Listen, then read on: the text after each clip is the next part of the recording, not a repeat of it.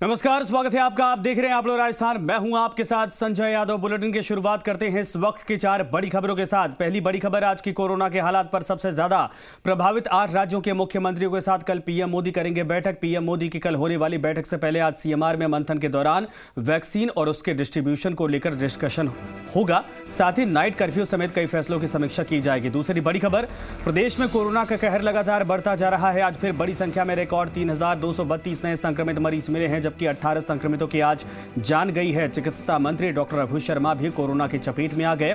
मंत्री रघु शर्मा को RUHS में भर्ती करवाया गया। तीसरी बड़ी खबर, तस्वीर आपके सामने। पंचायती राज चुनाव के पहले चरण के लिए आज मतदान हुआ। 65 पंचायत समितियों के 1310 सदस्यों और जिला परिषद सदस्यों के लिए आज वोटिंग हुई। अब 8 दिसंबर को मतगणना होगी। चौथी बड़ी खबर, प्रदेश में कड़ाके की सर्दी का दौर शुरू हो चुका है। माउंट आबू में 0 डिग्री के साथ रात का तापमान जमाव बिंदु पर पहुंच गया, तो वहीं प्रदेश के 1 दर्जन जिलों में रात का तापमान 10 डिग्री से नीचे दर्ज किया गया है।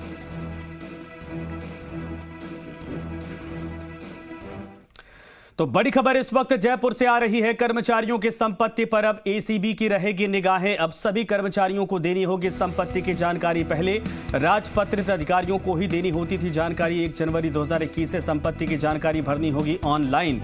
इसका लिंक ACB के अधिकारियों के पास भी रहेगा। वो भी कर्मचारियों की संपत्ति की रख सकेंगे जानकारी। जल्द इसके आदेश होंगे जारी। ये बड़ी खबर इस वक्त आ रही है। आपको बता दें कि जयपुर से इस वक्त बड़ी खबर है। करप्शन को रोकने के लिए बड़ा कदम उठाया जा रहा। जयपुर से इस वक्त बड़ी खबर। भरत हमारे साथ, हमारे सहयोगी फोन लाइन पर है। भरत, वाकई में कहा जाए कि ACB की नकेल और कसेगी, क्योंकि अब कर्मचारियों को पूरा ब्यौरा देना पड़ेगा।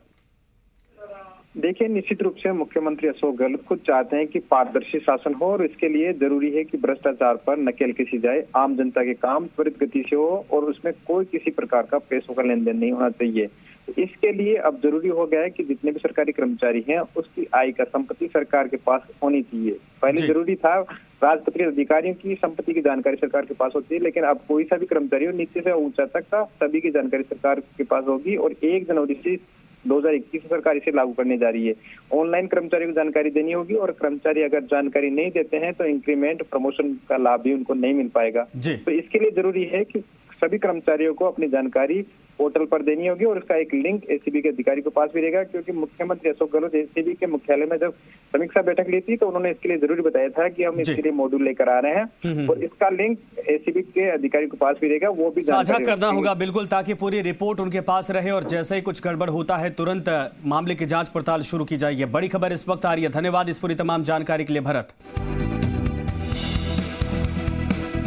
और एक और बड़ी खबर इस वक्त आ रही है। राजस्थान से कोरोना अपडेट इस वक्त मिल रहा है। सोमवार को फिर बड़ी संख्या में रिकॉर्ड 3232 नए मरीज सामने आए। ये बड़ी खबर इस वक्त आ रही है। राज्य में कोविड एक्टिव केस की संख्या बढ़कर पहुंच चुकी है 24,116। सोमवार को जयपुर में 599, जोधपुर में 435, अलवर में 276, कोटा में 275 केस आज मिले हैं। सोमवार तक कुल कोविड पॉजिटिव मरीजों की संख्या बढ़कर 2,47,168 पहुंच चुकी है। कुल पॉजिटिव में से रिकवर्ड होने वालों की संख्या 2,20,871। कुल कोविड पॉजिटिव मरीजों की मौत की अगर बात करें तो 2,181 लोगों ने जान गंवाई है। सोमवार को 18 नए मौतों की खबरें सामने आई हैं, जबकि 2,288 मरीज आज एक दिन में रिकवर्ड हुए हैं। राजस्थान में कोरोना महामारी के प्रकोप से अब कोई भी नहीं बच पा रहा। क्या आम और क्या खास, हर कोई इस महामारी की जद में है। प्रदेश में कोरोना संक्रमण की तेजी से जिस तरीके से फैल रही है, इसकी बड़ी वजह चुनाव, त्योहारी सीजन के साथ साथ शादियों का मौसम भी है। और यही वजह है कि जहां प्रदेश में कोरोना पॉजिटिव का आंकड़ा लगातार बढ़ रहा, वहीं सरकार की आधी कैबिनेट भी इसकी चपेट में आ चुकी है। और तो और पिछले 8 महीने से लगातार कोरोना की चुनौती से लड़ रहे चिकित्सा मंत्री डॉक्टर रघु शर्मा भी अब कोरोना पॉजिटिव हो चुके हैं।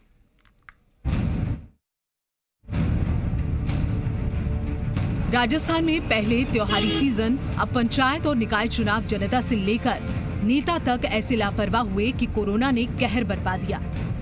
अब रोज 3000 से ज्यादा लोग कोरोना पॉजिटिव हैं। राजधानी जयपुर तो रोज अपने ही रिकॉर्ड तोड़ रही है। आम से लेकर खास तक सभी कोरोना की चपेट में हैं। कैबिनेट की बात करें तो अब तक 10 में से 5 कैबिनेट मंत्री कोरोना पॉजिटिव हो चुके हैं। नया नाम चिकित्सा मंत्री डॉक्टर रघु शर्मा का है। पिछले 8 महीने से रघु शर्मा कोरोना की जंग में जनता के लिए दिन रात का काम कर रहे थे। लेकिन अब चुनाव प्रचार करते वक्त वो भी संक्रमण से नहीं बच सके। सबसे पहले कृषि मंत्री लालचंद कटारिया सियासी संकट के दौरान बाड़े बंदी के वक्त पॉजिटिव हुए थे। उसके बाद परिवहन मंत्री प्रताप सिंह खाचरियावास को लंबे समय तक अस्पताल में रहना पड़ा। प्लाज्मा थेरेपी से ही वो घर लौट सके। जलदाय मंत्री बीडी कल्ला और उदय लाल आंजना भी कोरोना की चपेट में आ गए। राज्य मंत्रियों की बात करें तो सुखराम बिश्नोई और भजन लाल जाटव भी इस महामारी से खुद को नहीं बचा सके। गहलोत सरकार के 3 पूर्व कैबिनेट मंत्री सचिन पायलट, विश्वेंद्र सिंह और रमेश मीणा भी संक्रमित हो चुके हैं। मंत्री प्रसादी मीणा को पत्नी के कारण लंबे समय क्वारंटाइन रहना पड़ा। ऐसा नहीं है कि कोरोना सिर्फ कैबिनेट मंत्री को हुआ है। भाजपा के प्रदेशाध्यक्ष सतीश पूनिया, उपनेता प्रतिपक्ष राजेंद्र राठौड़, पूर्व मंत्री किरण माहेश्वरी, संगठन महामंत्री चंद्रशेखर भी संक्रमित हो चुके हैं। भाजपा और कांग्रेस के विधायकों की संख्या तो दर्जनों में है। रफीक खान, अशोक लाहोटी, अर्जुन लाल जिगर, अनीता बघेल, हमीर सिंह भायल, रामलाल जाट, दानिश अबरार समेत लंबी फहरिस्त है। सांसद और केंद्रीय मंत्री गजेंद्र सिंह शेखावत, अर्जुन राम मेघवाल, कैलाश चौधरी, राजेंद्र गहलोत, हनुमान बेनीवाल भी कोरोना के कहर से अब उबर चुके हैं। मौजूदा हालातों की बात करें तो जिला परिषद और निकाय चुनाव की वजह से नेता सबसे ज्यादा संक्रमित हैं। कई विधायक, मंत्री और नेता चुनाव प्रचार में जुटे हैं और भीड़ के बीच बगैर मास्क के भाषण दिए जा रहे हैं।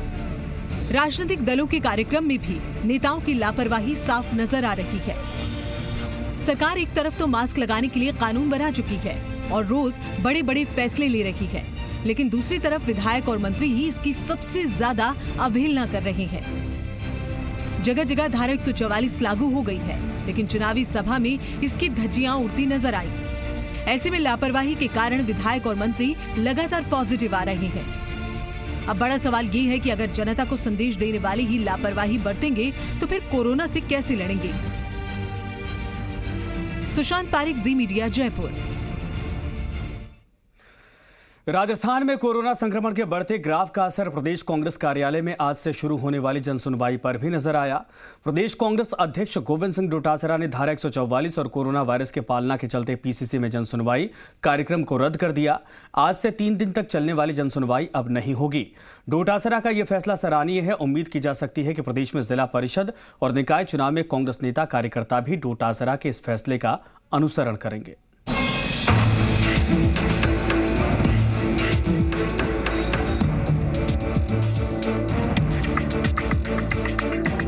सत्ता और संगठन की कार्यप्रणाली को लेकर कांग्रेस कार्यकर्ताओं में बढ़ रही नाराजगी को दूर करने के साथ कई मुद्दों को लेकर आज से पीसीसी में जनसुनवाई कार्यक्रम शुरू होना था, लेकिन प्रदेश कांग्रेस अध्यक्ष गोविंद सिंह डोटासरा ने आज से 3 दिन होने वाली जनसुनवाई को कोरोना संक्रमण के बढ़ते प्रभाव और सरकार की गाइडलाइन के चलते स्थगित कर दिया।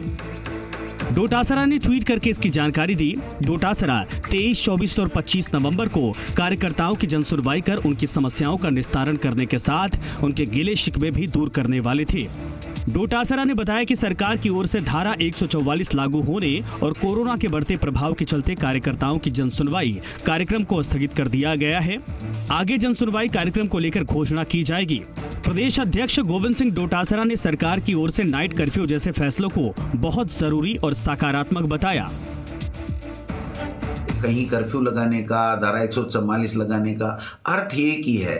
एक ही बात संदेश सरकार देना चाहती है कि आपकी सेहत के लिए जरूरी है कि आप इकट्ठे नहीं हों, एक जगह नहीं आए, मास्क लगा के 100% मास्क लगा के रखें और सोशल डिस्टेंसिंग अपनाएं। आपको बता दें कि मंत्री और विधायकों की ओर से कार्यकर्ताओं के कामों को तवज्जो नहीं देने से कार्यकर्ताओं में अंदर खाने नाराजगी बढ़ती जा रही थी। इसकी शिकायतें प्रदेश कांग्रेस मुख्यालय में भी पहुंची थीं, जिसके बाद अजय माकन ने कार्यकर्ताओं की शिकायतें सुनने के लिए पीसीसी चीफ गोविंद सिंह डोटासरा को निर्देशित किया था। बहरहाल डोटासरा का ये फैसला सही कदम है। उम्मीद की जानी चाहिए कि प्रदेश कांग्रेस अध्यक्ष के इस फैसले का असर निकाय चुनाव में होने वाले कार्यकर्ताओं की भीड़ पर भी नजर आएगा। सुशांत पारिक, जी मीडिया, जयपुर।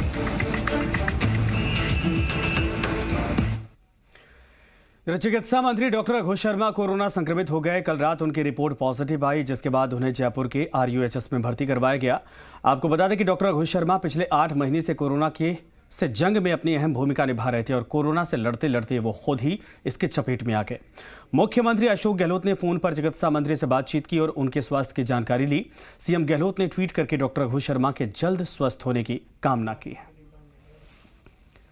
तो खुद डॉक्टर रघु शर्मा चिकित्सा मंत्री कोरोना पॉजिटिव हो गए हैं।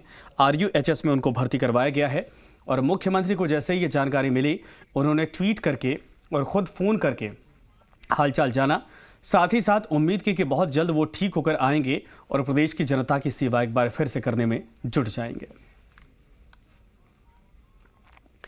तो आज की ये बड़ी खबर है, चूंकि 8 महीने से लगातार रघु शर्मा चाहे मीटिंग्स हो चाहे कार्यक्रम हो, हर जगह पर लगातार सक्रिय थे, लगातार डॉक्टर्स के साथ मीटिंग कर रहे थे और नई नई रणनीति बनाई जा रही थी ताकि महामारी को रोका कैसे जाए। लेकिन आज फिलहाल खबर आई कि उनकी रिपोर्ट पॉजिटिव आई है, जिसके बाद उनको RUHS में भर्ती करवाया गया।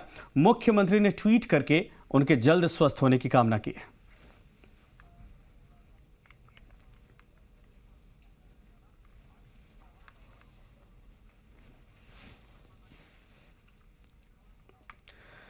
तो राजस्थान में कोरोना पॉजिटिव के आंकड़े में लगातार इजाफा हो रहा। मामले की गंभीरता को देखते हुए हाल ही में मुख्यमंत्री अशोक गहलोत ने आपात बैठक बुलाई, जिसमें नाइट कर्फ्यू लगाने को लेकर फैसला किया गया। हमारे साथ हमारे 2 सहयोगी इस वक्त जुड़ रहे हैं। अरुण हर्ष हमारे साथ जुड़ रहे हैं, साथ ही साथ आशीष हमारे साथ जुड़ रहे हैं। अरुण, मैं आपके पास आना चाहूंगा, क्या कुछ इस वक्त जोधपुर की अपडेट है? उसके बाद चलूंगा जयपुर में। जोधपुर के हालात भी बद से बदतर होते जा रहे हैं, हर रोज नए रिकॉर्ड बनते जा रहे हैं इस वक्त।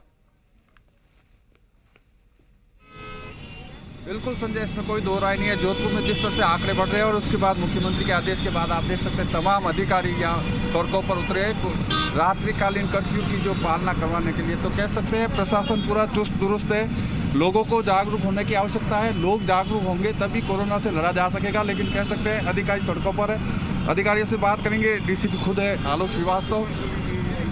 सर, किस तरह से रात्रिकालीन कर्फ्यू का पालना करवा रहे हैं? अभी 7 बजे हैं। 7 बजे में के समय पे सारी दुकानें बंद करवाने का प्रयास किया जा रहा है। लगभग दुकानें बंद हो चुकी हैं, जो खुली हुई हैं उन्हें बंद करवाया जा रहा है। 8 बजे पूर्णतः कर्फ्यू लागू कर दिया जाएगा। सड़क पर यातायात दबाव भी बढ़ रहा है, लोग घर जाने की जल्दी। ये नेचुरल है इस समय, क्योंकि प्रतिष्ठान बंद हुए हैं, लोग अपने घरों को जा रहे हैं, इसलिए सड़क पे यातायात का दबाव है। यातायात कर्मी भी इसमें अच्छे से कार्य कर रहे हैं। कहीं ट्रैफिक जाम नहीं है, ट्रैफिक का दबाव जरूर ज्यादा है इस समय। तो संजय देख सकते हैं आप जिस तरह से अधिकारी खुद है जो सड़कों पर उतरे और जो बिल्कुल सही कहा आपने। और ये तस्वीरें आप देख सकते हैं, 8 बजे तक कहा जा रहा है पुलिस की यही जिम्मेदारी होती है और यही काम होता है कि वो 8 बजे तक किसी भी तरीके से दुकानों को बंद करवा दें। आशीष के पास रुक करते हैं। आशीष, जोधपुर के हालात को समझा, जयपुर उससे भी ज्यादा बुरे हाल हैं। क्या कुछ इस वक्त रात के वक्त देखा जा रहा? चूंकि मुख्यमंत्री लगातार समीक्षा कर रहे हैं, कल पीएम मोदी भी इसको लेकर बैठक करने वाले हैं। अभी की अपडेट क्या है?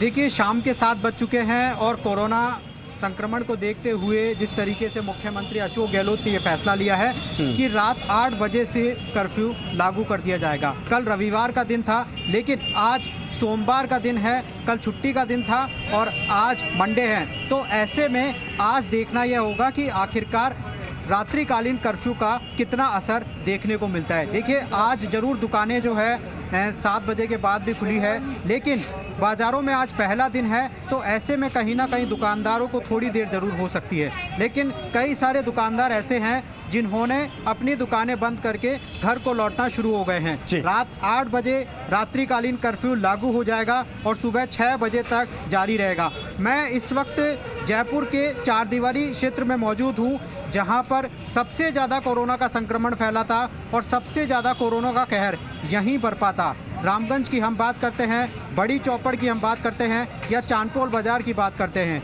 ये तमाम जो ऐसे बाजार है जहां पर कोरोना ने अपना कहर जमकर बरपाया था और सबसे ज़्यादा भीड़ भाड़ वाला इलाका यहीं देखने को मिलता है। ये देखिए, भीड़ काफ़ी देखने को मिलती है। जो दुकानदार है वो अपने अपने घरों को लौट रहे हैं और 8 बजे रात्रिकालीन कर्फ्यू लग जाएगा। जी बिल्कुल सही आशीष आपने कहा और उम्मीद करते हैं कि 10-15 मिनट में ये पूरा इलाका खाली हो जाएगा। आप दोनों का धन्यवाद, आशीष आपका भी और अरुण आपका भी। बहरहाल ये है कि सरकार की तरफ से नाइट कर्फ्यू जारी करने के बाद पुलिस अपनी जिम्मेदारी में लग गई है। बढ़ते आगे, कोरोना काल में आगामी दिनों में आने वाली देव उठनी एकादशी या बूझ सावे पर होने वाली शादियों के लिए इन दिनों कलेक्ट्रेट और एसडीएम दफ्तरों में परमिशन लेने वालों की भीड़ लगी हुई है। कोई खुद की शादी की अनुमति लेने के लिए एसडीएम दफ्तर पहुंच रहा तो कोई अपने रिश्तेदारों की शादी की अनुमति के लिए लंबी लाइनों में लगा हुआ है। कोरोना संक्रमित मरीज मिलने के बाद शादियों पर रोक लगाने की आशंका को देखते हुए एसडीएम कार्यालय में आवेदकों की भीड़ उमड़ रही है और अनुमति के लिए शहर के अलावा ग्रामीण क्षेत्रों में भी वर वधू दोनों पक्ष के लोग पहुंच रहे कार्यालय।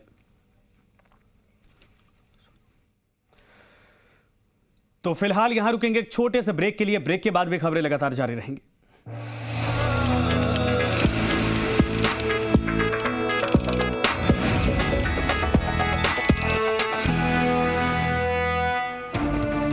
देश में बढ़ी कोरोना की रफ्तार, दिग्गज भी हुए कोरोना के शिकार। लापरवाही ले सकती है जान, मास्क, सामाजिक दूरी पर नहीं ध्यान। अब नहीं जागे तो कब जागोगे? न्यूज एंड व्यूज रात 8 बजे।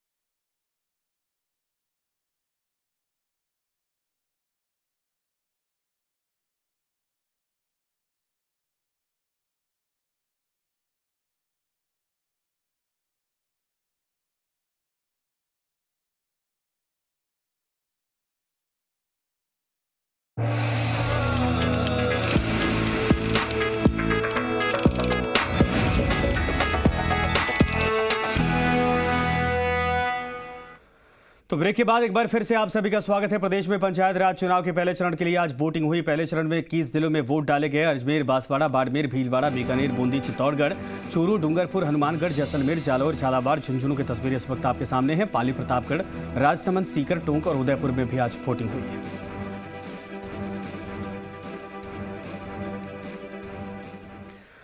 अब प्रदेश में सड़क हादसों की तस्वीरें आपको दिखाते हैं। कई जगहों पर सड़क हादसे हुए। अजमेर में बानेसूर के गांव दांतली पहाड़ी के पास अज्ञात वाहन ने बाइक सवार युवक को टक्कर मारी। हादसे में युवक की मौके पर ही मौत हो गई। धौलपुर के सैपऊ में हाईवे पर अज्ञात वाहन की टक्कर से बाइक सवार पिता पुत्र के घायल हो गए। मौके पर पहुंची एम्बुलेंस से घायलों को उपचार के लिए सीएचसी में भर्ती करवाया गया। बीकानेर में चौखूंटी पुल पर ट्रैक्टर की चपेट में आने से एक महिला की मौत हो गई। पुलिस ने मौके पर पहुंचकर शव को मोर्चरी में रखवाया।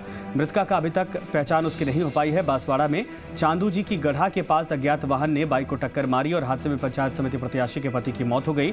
जालौर से सायला में जीवाड़ा के पास 3 वाहनों की टक्कर हो गई। हादसे में एक सरकारी टीचर की मौत हो गई, जबकि 2 लोग घायल हो गए। 12 के अंता में बटावदी के पास ट्रोले ने बाइक को टक्कर मारी। हादसे में बाइक सवार युवक की मौके पर ही मौत हो गई, जबकि एक युवक घायल हो गया।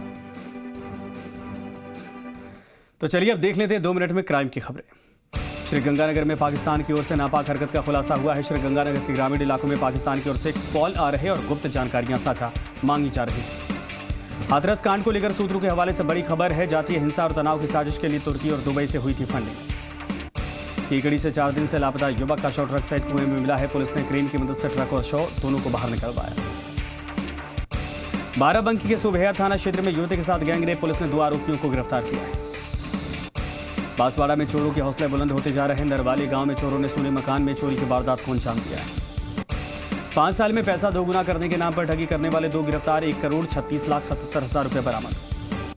करौली के टोडा भीम उपखंड के नया गांव में दहेज की खातिर हत्या का मामला सामने आया। इस मामले में बाला घाट थाने में केस दर्ज हुआ है। अजमेर के मालूसर रोड क्षेत्रवासियों ने अंधेड़ को पकड़ा। बच्चों के साथ गलत काम का आरोप लगाते हुए मारपीट की। दिल्ली पुलिस के स्पेशल सेल में शर्जील इमाम और उमर खालिद के खिलाफ सप्लीमेंट्री चार्जशीट दाखिल की गई। 930 पन्नों की चार्जशीट, दोनों पर कई गंभीर आरोप लगे। यूपी में जहरीली शराब कांड के बाद योगी सरकार का बड़ा एक्शन। अलग अलग जिलों में शराब माफियाओं पर कसा शिकंजा। और इसी के साथ फिलहाल इस बुलेटिन में इतना ही, लेकिन तमाम खबरों के लिए बने रहिए ज़ी राजस्थान के साथ। नमस्कार।